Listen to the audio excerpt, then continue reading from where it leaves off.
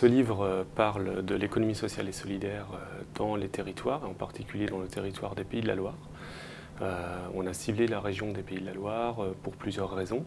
La première est liée au fait que, dans un premier temps, avec d'autres collègues qui sont aujourd'hui en poste sur Rennes, nous avions publié un ouvrage qui, lui, parlait plutôt de l'économie sociale et solidaire au niveau national et international.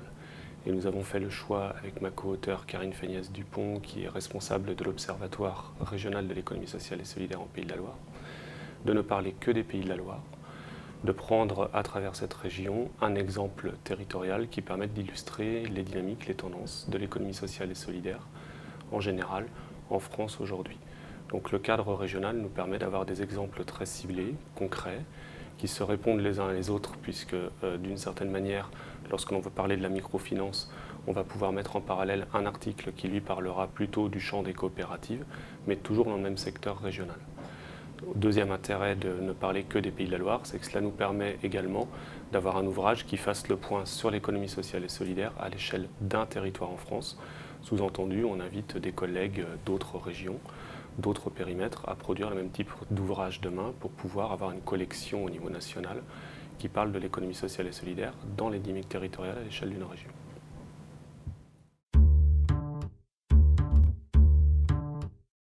Ce livre est venu principalement au départ d'un projet avec l'Observatoire de la Cresse des Pays de la Loire que j'ai évoqué tout à l'heure via Karine Féniès-Dupont.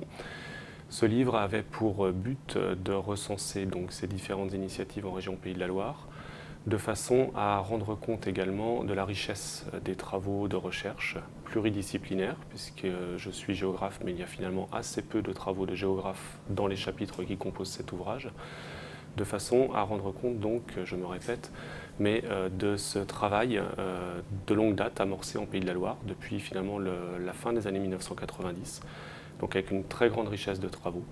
Il s'agissait pour nous à ce moment-là de cibler à travers cette région l'ensemble des initiatives qui ont pu être produites jusqu'ici dans ce territoire. Ça, c'est la raison véritablement principale au ciblage sur ce périmètre-ci. Deuxième raison au ciblage sur celui-ci, c'est que dans un grand nombre des travaux que j'ai pu conduire ou que des collègues ont pu conduire en région les années précédentes, nous avons eu le bénéfice de produits ou de soutien financier de la région Pays de la Loire. Et notamment sur la période de 2012-2014 qui précède la production de cet ouvrage, un contrat de recherche régionale sur les dynamiques récentes de l'emploi et des initiatives en économie sociale et solidaire sur la région. Ce faisant, l'ouvrage est aussi l'aboutissement de ce programme de recherche.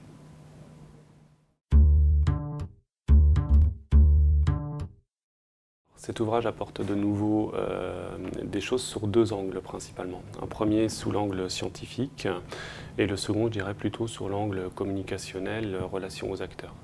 Sous l'angle scientifique, ce qu'il apporte de vraiment original est sa pluridisciplinarité d'une part et le fait que pour la toute première fois, nous ayons un ouvrage qui axe son propos sur une entrée spatiale. Donc à travers l'entrée spatiale, on amène des économistes, des sociologues, des juristes également, des responsables ou spécialistes de sciences de communication, à travailler sur les dimensions spatiales de leur objet de recherche, le tout pour nous amener sur un ouvrage traitant des Pays de la Loire, de la région Pays de la Loire, avant de traiter d'une discipline en particulier. C'est quelque chose qui a été fait par ailleurs dans le reste du monde. On a des ouvrages québécois qui abordent l'économie sociale et solidaire sous l'angle géographique. On a des ouvrages nord-américains en anglais, également des ouvrages en allemand, mais à ma connaissance en tout cas, pour la toute première fois, un ouvrage qui, en France, traite des questions et des enjeux spatiaux de l'économie sociale et solidaire et à travers la pluridisciplinarité. Donc ça, c'est vraiment l'aspect scientifique primordial. Sur le plan communicationnel actoriel, la grande originalité de l'ouvrage, et qui tient également à une position de l'éditeur, les presses universitaires de Rennes, pour la toute première fois, ont accédé au fait qu'au-delà de chacun des chapitres, qui d'ailleurs sont des chapitres le plus souvent coécrits entre un universitaire et un ou deux acteurs professionnels du champ de l'ESS, nous adossions un témoignage d'un acteur qui vit et fait l'ESS au quotidien. Ces acteurs ont lu les chapitres en amont de la publication, ont apporté leur témoignage, ce qui fait que pour un chapitre d'une dizaine, douzaine de pages, nous avons systématiquement un témoignage d'une à deux pages d'un acteur. Donc ça permet d'incarner, de rendre vivant ce travail universitaire et le faire un petit peu sortir des murs de l'université.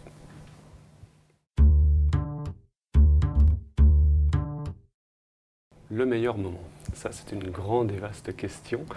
Je dirais que le meilleur moment, ce n'est peut-être pas tant pendant la rédaction de l'ouvrage. Coordonner un ouvrage comme celui-ci, finalement, a été un travail assez simple, assez facile. Je le disais dans une question précédente, nous nous sommes appuyés sur des travaux préexistants. Donc il suffisait de bien identifier les collègues qui puissent travailler. Donc de ce point de vue-là, la construction de l'ouvrage a été assez aisée. Et j'ai été en cela extrêmement bien aidé par ma co-auteure Karine Feignasse-Dupont qui, elle, apportait tout le réseau actoriel. S'il y avait un moment à retenir, je dirais c'est plutôt dans la post-production de l'ouvrage, une fois que celui-ci est sorti, où j'ai été amené, avec Karine Feignasse, encore une fois, à animer une conférence à Rennes. Donc nous sommes hors de la région Pays de la Loire, pour présenter cet ouvrage. Et lors de la discussion sur la présentation de l'ouvrage, un grand nombre d'acteurs bretons est venu au créneau en nous demandant de produire le même ouvrage pour la région Bretagne. Nous étions en plus de cela en pleine période de renégociation des découpages régionaux. Bon, il était acté que Bretagne et Pays de la Loire ne formeraient pas une seule et même région, mais les acteurs bretons, en tout cas, on peut le dire de façon un petit peu jolie, étaient un peu jaloux de cet ouvrage-ci, mais surtout voyaient l'intérêt pour eux d'un tel ouvrage qui finalement permet de rendre compte au niveau national et international des initiatives régionales. Ce qui fait qu'aujourd'hui, cet ouvrage est visible dans toute la francophonie.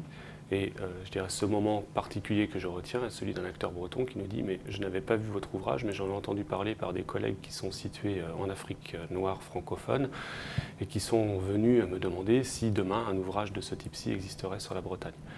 Donc au-delà des aspects d'ego ou de fierté, ça on les laisse de côté, mais c'est surtout, voilà, l'ouvrage a atteint son objectif de ce point de vue-là. C'est ça, je dirais, le meilleur moment aujourd'hui, c'est à dire cet ouvrage a été conçu de façon un peu originale, mais il vit sa vie et c'est ça l'essentiel. On ne produit pas pour nous, on la produit vraiment pour rendre compte et donner à voir des initiatives.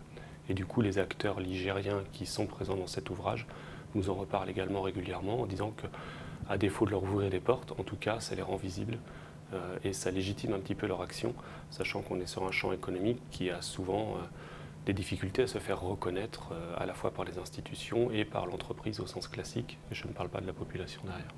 Voilà.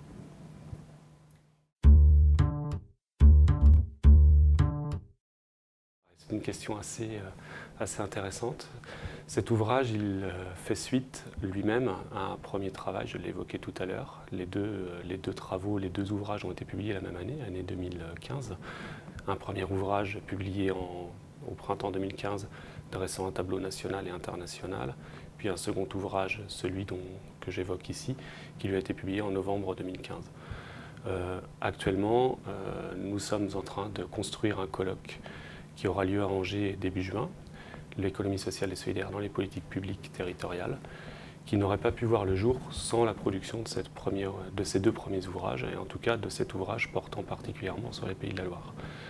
Donc on a là un premier événement, et suite à ce colloque, de nouveaux travaux seront publiés, peut-être pas nécessairement sous forme d'ouvrages scientifiques universitaires, mais en tout cas des articles seront expédiés dans des revues en ligne spécialisées sur les questions de santé ou spécialisées sur les questions du tourisme.